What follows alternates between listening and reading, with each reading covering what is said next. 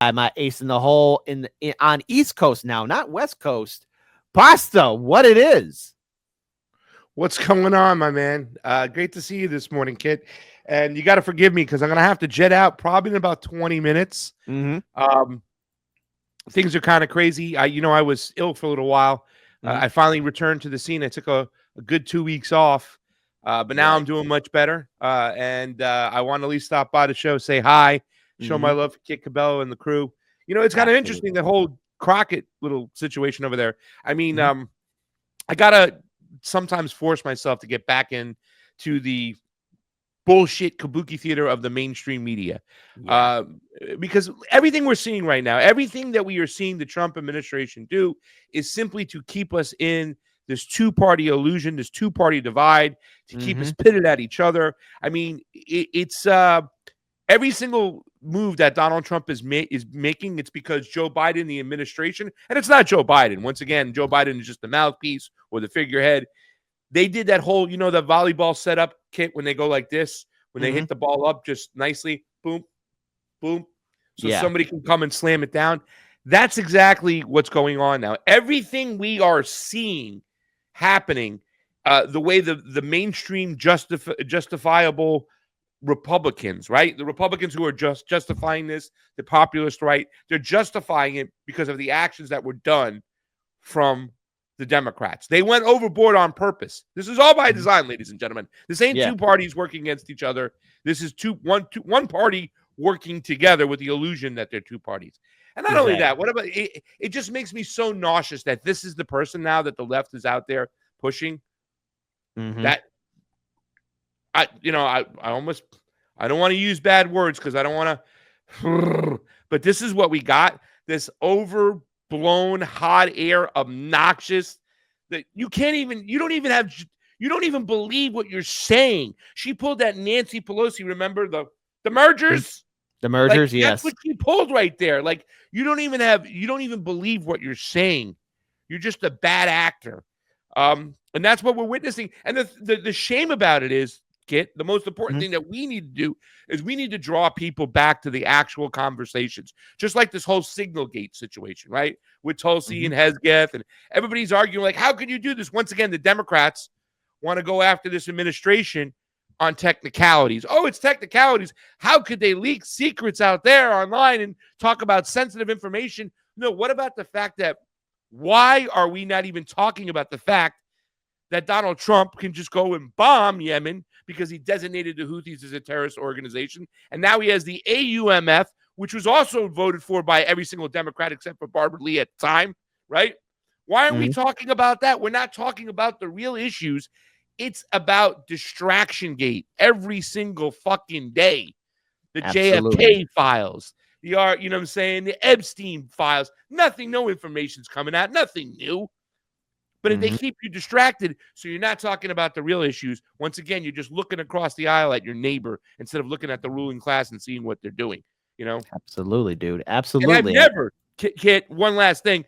During Obama, I said to myself, because I remember getting chastised and being called a racist because I was criticizing Obama on his economics, his monetary picks, his cabinet picks, right? When he got the letter from the banks, from Wall Street, saying this is who you can hire and you can't hire, right? I said I don't think we'll ever see this level of hero worshiping ever again. The Trump people said, "Hold my fucking beer." They're ridiculous. They went above and beyond the hero worshiping of Obama. The Republicans have done that with Donald Trump. yeah, well, I think it's a problem for us as a people and as a country that's been exposed to decades of corporate media sensationalism and in the internet. Let's be clear here. There's no sugarcoating it. Has helped out as well, and it's caused yes some unity, but also some heavy divisions amongst us. To where I think we have been trained like seals to be hero worshippers, and in turn, we're losing our ability to think critically and stand up against censorship. And I want to play a video because while you're still here, I know time is short and precious, but I think this resonates. And this is from Caitlin Johnstone, who talks about censorship violates the right of the speaker and the hearer. And look, Absolutely. I understand that there are people who abuse free speech on the left and the right, who say vile, hateful, horrific things. I get that there are bad people out there. I get there are trolls. But I also believe in the world of vast majority of good people standing up for free speech. And sadly, the Democrats and Republicans are the last people you want to be. I'm talking about the politicians, are the last people you want to be in control of your right to speak. Censorship violates the rights of the speaker and of the hearer. The Trump administration is targeting another Columbia University student for deportation due to speech crimes against the State of Israel. This time, they're going after a 21-year-old woman who was born in South Korea but has been in the U.S. since age 7 and is a legal permanent U.S. resident. The New York Times reports, the student, Yun So Chung, is a legal permanent resident and junior who has participated in pro-Palestinian demonstrations at the school. The Trump administration is arguing that her presence in the United States hinders the administration's foreign policy agenda of halting the spread of anti-Semitism, end quote. This foreign policy narrative is the same as the one being used by the Trump administration's efforts to deport Mahmoud Khalil for his pro-Palestinian activism at Columbia. Trump himself posted on social media that Khalil and his activism are, quote, counter to our national and foreign policy interests, end quote. The legal argument here is that because these activists are obstructing the foreign policy goals of the U.S. government, it's okay to remove them because they are not citizens. What people are missing about Trump's new policy of deporting pro-Palestine protesters on the grounds that their activism is contrary to U.S. foreign policy interests is that it's also an attack on U.S. citizens' right to hear criticism of their government's foreign policy. As Frederick Douglass said, to suppress free speech is a double wrong. It violates the rights of the hearer as well as those of the speaker.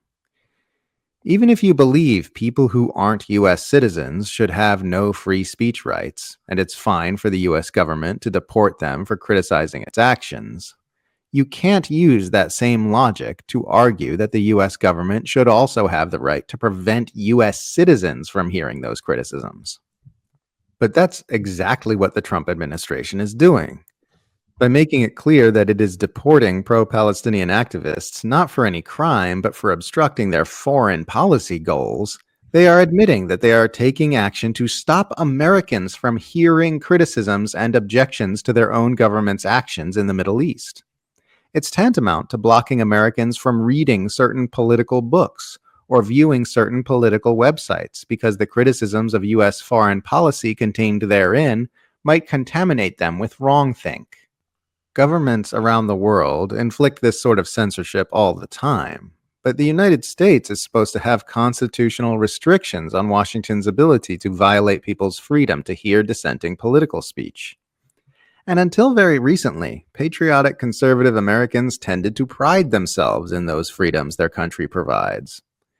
But apparently, they're willing to light the whole thing on fire as long as it advances the interests of the State of Israel. Americans who are not fully brainwashed into the cult of Trumpism should be asking themselves if this is the kind of country they want to live in, though. Do you really want your government deciding what kind of political speech you are allowed to hear and protecting your fragile little mind from wrongthink? Or do you want to decide such matters for yourself? There you go. I got a lot to say. Go ahead. Shoot. Well, number one, I think that the term, to digress to the very beginning of something that you were saying, I think the term we need to use is the way that people have been conditioned or programmed, right, to believe in this stuff. Decades of it, yes. Decades. It really is. And I'm glad that this video pointed out that it was Frederick Douglass who said that, because I was going to say that's who said that particular term. It also violates those who need to censor different people who have the right to hear something. Now they're also being censored. More people are censored just than the person speaking. The people listening are getting censored too as well. And listen, this is something I discovered a long time ago. I think there was an argument to be made that when the Democrats had a lot of control and when they were in office and the AOCs and the squad, they were pushing back against hate speech. That was their term they use, hate speech, and you had mentioned it before. Mm-hmm. However, it's just a mechanism or a way to censor people. But I watched some hearings, and even though, AOC proudly put out there to go rat on people, I mean, Mm-hmm. after she made that letter to go report people, we've been demonetized on YouTube ever since. The day after she wrote that letter, the Convo Couch lost our monetization. We've never had it since. And I know a lot of people said, you're ridiculous to blame this on AOC. No, she told her supporters to go report people, and we've never been back since. However, I watched some of those hearings, and even though they were pushing for censorship and deplatforming, which is awful, it's true fascism, right? It's about the state controlling the narrative, plain and simple. I also noticed in those hearings that the Republicans were just as bad. It's just they had a different boogeyman. For them, it was, let's censor. We got to stop censoring these people over here. These Republicans shouldn't be censored, or these people shouldn't be censored. We need to censor the pro-Palestinian people. We need to censor the pro-Iranian people. We need to censor the pro-Chinese people. So since the get-go, and here's the thing, the beautiful thing about what Donald Trump is doing right now and this administration is doing, and like I said, it was all set up from what the Democrats had done, during the whole Biden administration, the way what YouTube has done, how they just took down people left and right. The Twitter files, they tried to make it look like it was only Republicans. No, it was anti-establishment people, but they're working together, the state, to make sure that they control the narrative across the board. The Trump administration, they've shown their whole ass quickly. And people like Laura Loomer, right, who I know, I got her number. We're friends, and we're not close friends. We met a couple times. We've talked. I had her on a show. I put all the bullshit aside, right? Hardcore Zionist. You know me, I'll talk to anybody. But people like that justifying it using the same mechanism of hate speech, but calling it, this is for terrorism, because that's what that's the Republicans' hot word or buzzword for censorship. It's not. The Democrats have hate speech. The Republicans have terrorism. And that's what they're doing. They're using this to censor us across the board. And it's working right now. But I'm glad they showed their face right off the bat. Right? You know what I'm saying?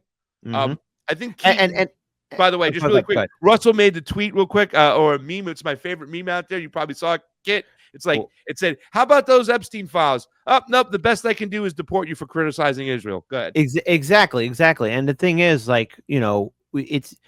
I know that there are a lot of Trump people who watch this show, or Trump supporters, and the ones I've spoken to are not for this wave of censorship. So I think it's important that it's not we shouldn't just brush everyone and say, oh, well, anyone who voted for Trump or anyone who's voted Democrat, they're for the censorship the other side. I think there's a lot of scared and confused people out there who are hearing the same tone, but spoken differently by a political party that has the Senate, House, and the White House. So we're in an environment now where you have the other side having the power, and that's one of my concerns. When one side gets the power, they censor the other side. When the other side gets the power again, they censor the other side, and it becomes an ongoing, continuous march of censorship. And when I see these jagoff politicians, I'm not talking about people, but I'm talking about not regular voters. When I see the politicians start talking about censoring speech, it's just the system is already in place. It's there. And, it is one thing that always wakes me when I wake up. I do have a sense of pride doing this show. But on the other hand, it's like, oh, God, is everything still okay today? Is everything still fine today before the powder keg blows up? Because I'm worried about the future of free speech. I'm worried about what happens to us down the road. And we need to have these conversations. Yep. We need to be well aware that the political police, Commissar Hans and his deputy Fritz, could be knocking on anyone's door. And I understand that we are in a world where, yes, there are threats to us. I get it, that there are bad people out there. But the right to protest, the right to assemble, the right to speak out, the right to exercise your voice is fundamental for every single American. And yes, even for people who are not from this country, because I think it's important that we just don't quickly do a knee-jerk reaction to something that's going to offend us. There's always going to be out there, but so long as evil is out there, so long as there's hate out there, good people will speak up, and you shouldn't be afraid. Jerry Springer, who was a mayor, I keep bringing up this example, had the Nazis march in his neighborhood, and he was worried about whether or not he should approve it or not, and he asked his father, should I do this, whose family members were in the Holocaust. He told his son, let them speak. Let them exercise their voice. Because so long as there's evil out there, there's going to be the day after where people do speak out. I'm getting a little emotional about this because I've gone through the trenches of censorship, and I just want to give a shout out to you too, because yesterday we spoke on the phone about media and censorship. And I got to tell you, once again, you gave me that kick upside the head to keep on pushing forward, because this is a tough thing that we are doing here and there. Sometimes I'm reading these articles, I'm listening to stories, I'm listening to your content, I'm listening to Due Distance or Jimmy, and yes, even those on the other side. And there are moments like, oh my God, I got to do this. I got to write down this note. I got to write this down. I got to type this out. And it's tough, but so long as I exercise my voice for free speech, I think that in turn, it helps educate other people to become more informative. And when I see messages of, yeah, I'm glad you're speaking out, or I might not agree with you all the time, but I'm glad you're covering the subject, it is a sense of pride. It is a sense of dedication that perhaps maybe people are leaving their safe spaces, their bubbles, and we can actually work together, because I am very fearful. And I say this again, I am very fearful for the world of online, content, the online media. I am very fearful of Citizen that. journalism. Yeah, citizen journalism, and perhaps maybe you know what? I'm willing to be proven wrong on this. I am worried about that great jackboot in the sky coming down on all of our necks. And if I'm overreacting, fine. No. You're not overreacting. In fact, but go ahead, Pasta. You're not overreacting. You're actually pointing out a good point, because you did kind of mention. I think the argument that you were making is that once whatever side takes away this freedom, right? Mm-hmm. No matter what, each time it's taken away, more freedoms are taken away from the citizens, and we don't get it back. And that's where we're at right now. You know, I think one of the criticisms we saw from a lot of people from Red Note when that whole TikTok situation came over was a lot of people said, the funny thing is that you Americans think you have free speech, but you don't. We at least understand the parameters that are around us, and we're working with it. You guys are walking around thinking you have free speech, but you don't. And the thing I want to kind of mention, though, Kit, though, is if you do have people that are speaking up on the right, that they're against this free speech, we need to elevate those voices.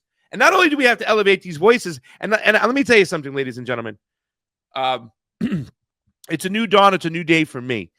You're going to probably hear Pasta, who's probably known to be one of the more nicer guys in this kind of community. Kit will probably, confirm that, who I am and stuff. I'm going to be a little bit more vocal and chastise those who are stepping out of line, especially those on the right now.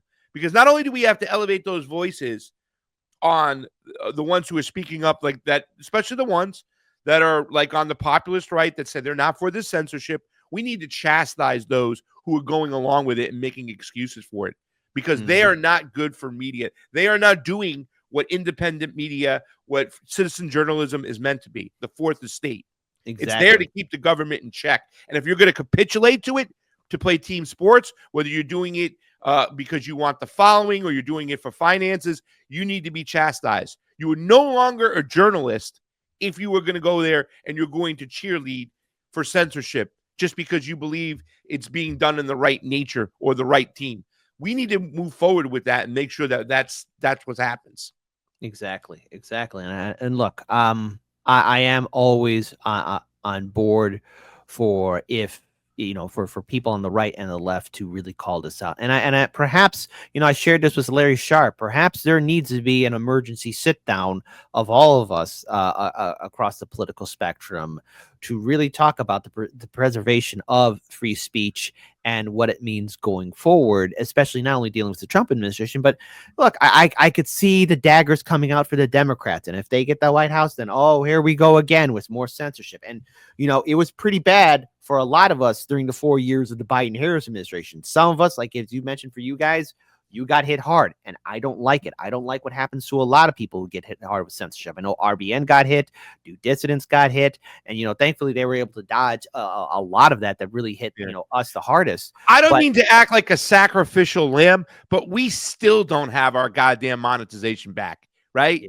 Nico got his back last year, finally. I don't think Frank Analysis got his back. Can you imagine? YouTube is where you make the most money because it was the widest web. It was the smoothest system, and we've been knocked off of it for almost 6 years now at this point. So it's and it can be crippling. And obviously, Rockfin has their issues right now, but we were able to move a lot of people over to Rockfin. So I do appreciate the fact that Rockfin saved us at that time. We're able to keep it together. But here's the thing, too, Kit. It's something I told you yesterday when we were on the phone. I said, you're Kit Cabello, right? And here's the thing. I'm Pasta Jardula. We got to be very privileged. Understand we're very privileged to be able to be in this type of environment, to do this type of work. We just got to find a way. No matter what the censorship, we just keep pushing, and we'll be rewarded. Pasta in the house. I love you, Patrick S. We'll be rewarded for being the true truth tellers that we are, not the people who capitulated to one side or the other just to get clicks or whatnot. Because that's what a lot of people we've done. That's the disappointing thing, to see a lot of people in our spaces capitulate. Yeah, I hear you. It's so fucking disappointing when you're looking just to get numbers and you're not looking to say the truth. Look at our work on COVID. And so much of it was on Rockfin. We have videos that never aired on YouTube during the COVID pandemic because we couldn't. We weren't allowed to. We would get our shit taken down. But we, even as leftists, and it was not popular for leftists to speak out against what happened in COVID. And it turns out we were fucking right? And if you don't believe me, just go read Pfizer's own data. Don't listen to me. Go read Pfizer's data that's out there now, pal. You know what I'm saying? Yeah. And the thing is though, Pasta, it's just it is a system and a policy that we're seeing enacted every single day by our lawmakers. And I think everyone needs to understand that this is where the citizen journalist, everyone needs to take up the social responsibility, because you're not going to get out of this by voting your way out of it. It's going to be requiring more citizen involvement, state ballot initiatives, creating movements and organizations not connected to Washington, D.C., and actually standing up for free speech. And this is an open invite to everybody across the political spectrum. I get it. I will not paint a picture of a Mr. Rogers world where everybody's smiling and happy. I mean, that's a wonderful world, and my goodness, it sounds great, where everybody's getting by, everybody's living their best lives. But you know what? It's in the realm of fantasy, and that's where it's going to be. But if we can at least agree on the right for free speech, the right for everyone to continue to speak out and to be critical of our leaders, I think that's a world worth fighting for. And I'll gladly work with anyone across the political spectrum so we can get there and, dare I say it, maybe leave a better world for the next generation to come. That's how I feel about it. But Pasta, I know that you got time running out. You also said something there. I think it's great. I wrote it down. Go ahead. Kit Cabello. He asked the question, ladies and gentlemen. Cam, I got the blur on. What's your social responsibility? Yeah. That's why I started the Convo Couch. That's why me and Fee did it. What is our social responsibility right now? There's no media out here that's helping the grassroots Bernie Sanders movement at the time, right? We had all these. That's when we all had the pipe dream, Kit, that we were going to go inside and change the Democratic Party. And then we saw those memes after. Yeah, I went into the mafia, tried to change it from the inside. It didn't work. Inside-outside game. Somebody sent me a video of a Democratic Party meeting in LA, a Los Angeles Democratic Party meeting, and they were cheating the grassroots people in a vote to elect their delegates or whatever. It's like, it's the same shit over and over again. Like, you guys are still playing the same game over and over again. But that's the thing. When we started it, we said, we didn't start it like, oh, let's start this so we could be online and do this for a living. We did it as a hobby, but it was, what was our social responsibility at the time? What can we do and bring to the table? Well, we see all these grassroots Bernie Sanders candidates that are supposed to we're going to get them in there and get them elected and change the party and make it more our party. You know, we were going to get Medicare for all, workers' rights. We were going to stop the empire from expanding, right? We were going to do all these things. But then we understood that, there's something Convo Couch understood, that elections are not fair at all. And that's why we'll never have that change until we fix that. That's, for me, is responsibility number one. But it was like, how do we also educate the grassroots Bernie Sanders movements on foreign policy? Because we understood there was a weakness there. And it obviously shows right now. The whole Democratic Party voted for the war in Ukraine, Russia. I mean, it's ridiculous. And nobody understands what's going on. And they get away with it, Kit, because their constituents and their voters and their base don't know what's going on. So we thought it was a social responsibility to bring that education to those people. And that's why we started the whole thing. I think it's great. You should get a shirt that says social responsibility. with a question mark. You know what? When things calm down a little bit, God willing, send some good vibes. Maybe so there'll be merch. Maybe so, maybe so. But until that day, that's why I got my legionnaires and my people who watch the show, people who watch your show. So Pasta, I want to I'm pull still this good up right here. now. I got time. I'm still here. Oh, you do. All right, great, Yeah, I'm still got because time. because the thing is, I just want to add this final note here, because when it comes down to free speech, we need to fight for it. We need to stand for it. We need to be unapologetic, and we need full on solidarity, and everyone contribute and fight for that better future. That's all I want. That's all I want from everybody. Fight for that better future. And just because I believe in that, I want to pull this up here because, hey, here's Pasta to go. Here's his link tree, peace tree, peach tree. Okay, there you go. You find out more about him. Check out his good stuff, and of course, follow him on social media. And he's also got his own radio show now too. So that's what's awesome. So I get that 10 out of 10. Dude, I fucking love it, Kit. 10 out of 10. To it. It's called Drive Time. It's on Wednesdays, 4 p.m. Eastern, WBAI New York. It's a Pacifica radio station. I think half the board loves me, half the board hates me. Okay. And that's why it's so great, because it is Pacifica radio station is pretty much like a Democratic Party radio station, right? Like the board in San Francisco is Democratic Party, and I'm a populist left, so I'm the furthest to I'm the furthest to what they would consider to be a conservative that they would ever put on. Like, they'll never put a conservative on that radio station, right? Scott Horton goes on, I think, and he's a libertarian, and he goes on the KPFK, I think that's in Los Angeles. I do the WBAI in New York, and it's called Drive Time. It's a call-in show, and people call in, and dude, the show starts at 4 p.m. I give a rundown of what's going on, and then the phone line opens up. I'm telling you, Kit, we don't have a moment to spare. The phone lines are jammed. We sometimes don't even get to all the callers, and it's amazing. It's like why we started this whole thing. Conversations. I'm addicted to it. I hope I get to do it more.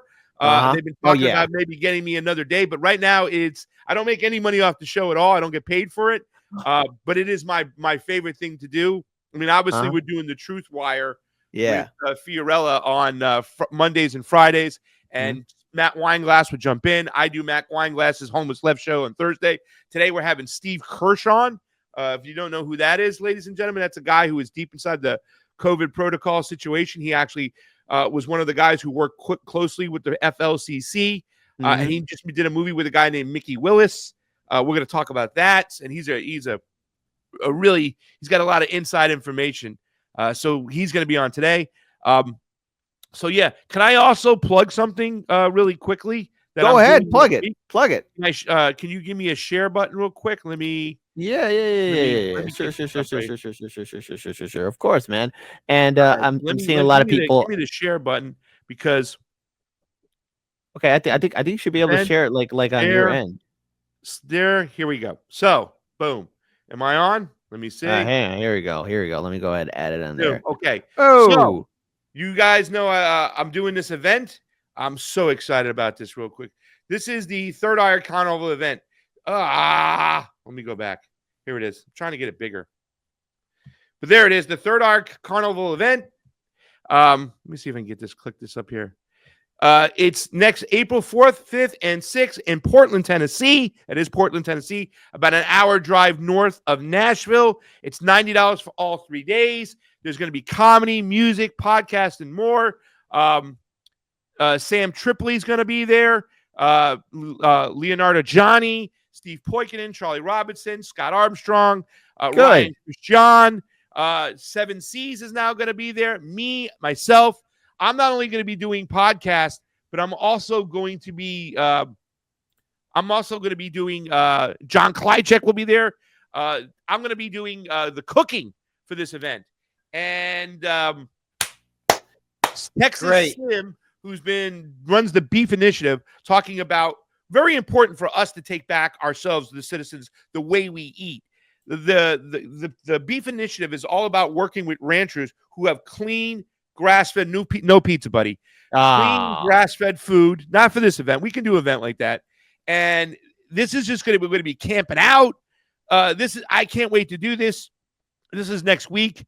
If you guys want to go to this, check it out. If you're in the area, you can buy a ticket for 1 day. You can buy a ticket for 3 days. It's going to be campfires. I'm making also sangria, smoked barbecue meats. I'm going to be making a beautiful Dude, you're getting me ribeye hungry. You're sandwich. getting me I'm gonna hungry. be You're making a getting me ribeye hungry. sandwich with chimichurri. We're working with the Mennonite community, right? Okay. We're working about no beef this time, Pam. This is outdoors. We're smoking meats over here. We'll also have some veggies too as well for some of the vegetarians out there, vegans out there. But the Mennonite community, which is like the Amish with electricity, right? Clean, organic food.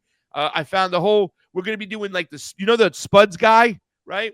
Right. So I'm going to be doing sweet potatoes with a cinnamon nutmeg butter.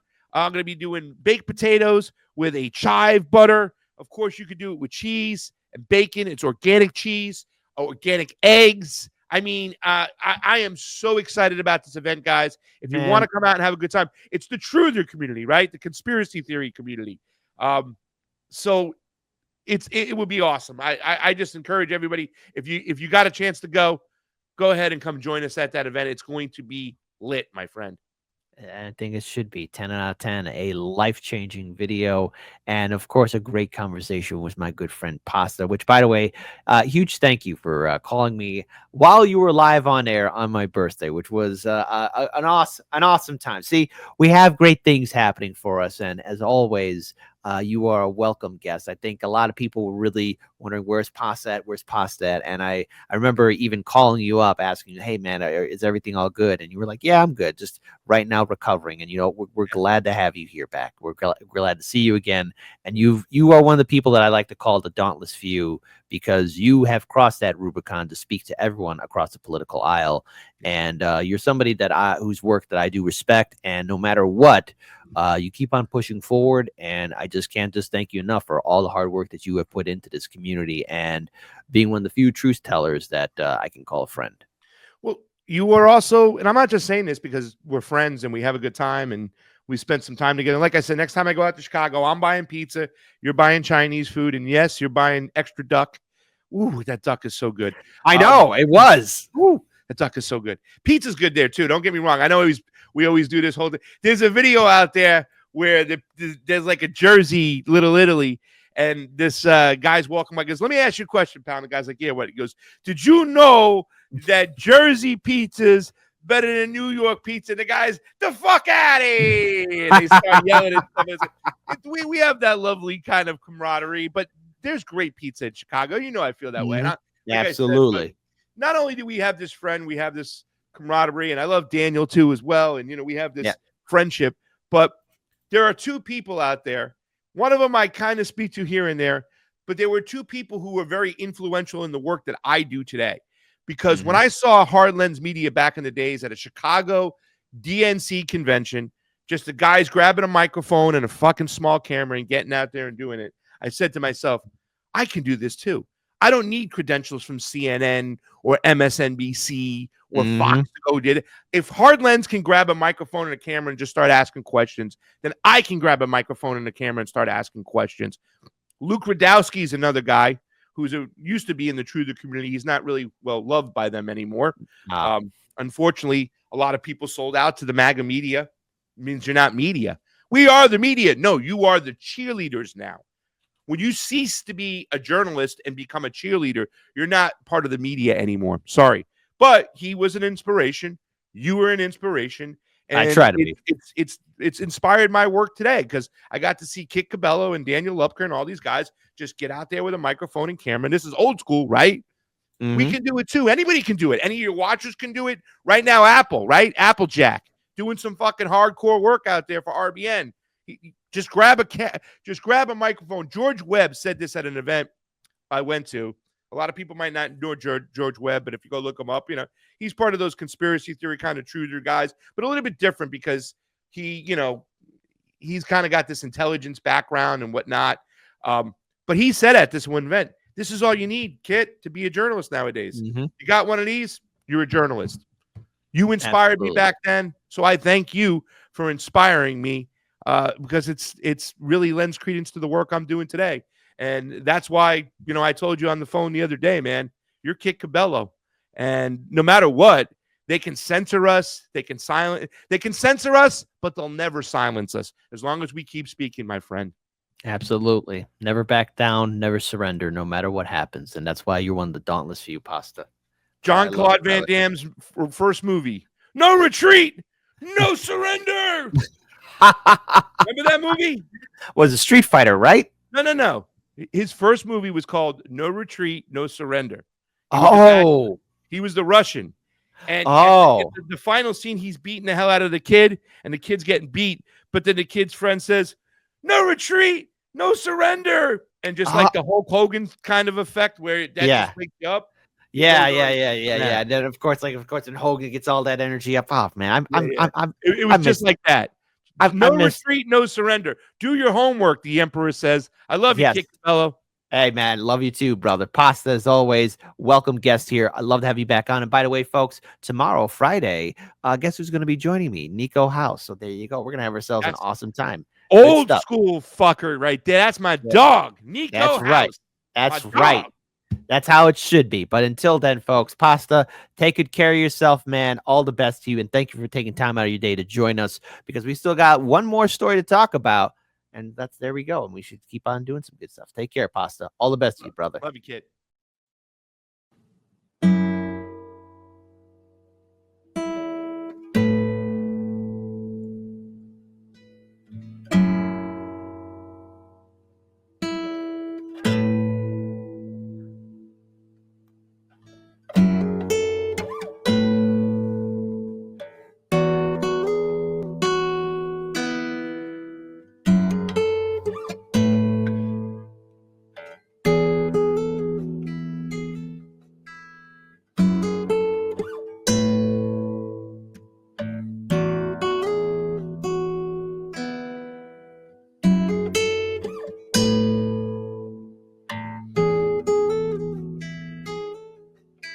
SWAT team took your neighbor today. Watched them as they walked him away. You told yourself extremists come in all different shapes. Met his eyes and lowered your gaze. Is it too late for us to ever change? We are collecting the dust of better days. They're always watching us, but we're never safe. We're not meant to be safe, not meant to escape. We aren't meant to wake.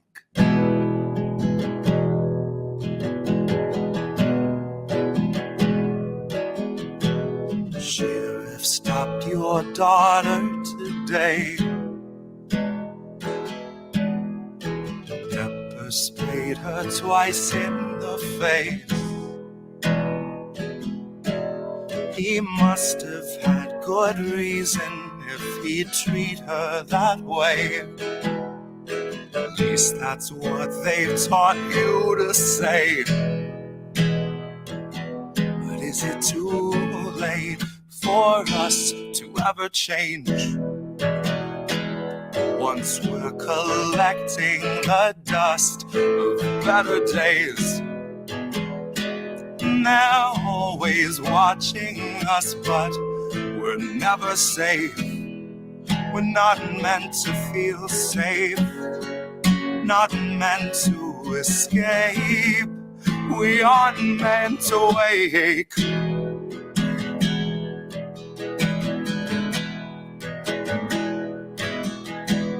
Feds arrived and had you detained. Said you'd made some posts they weren't changed. Tased you till you felt like you'd forgotten your name, or life before they had you contained. Oh, life before they had you contained.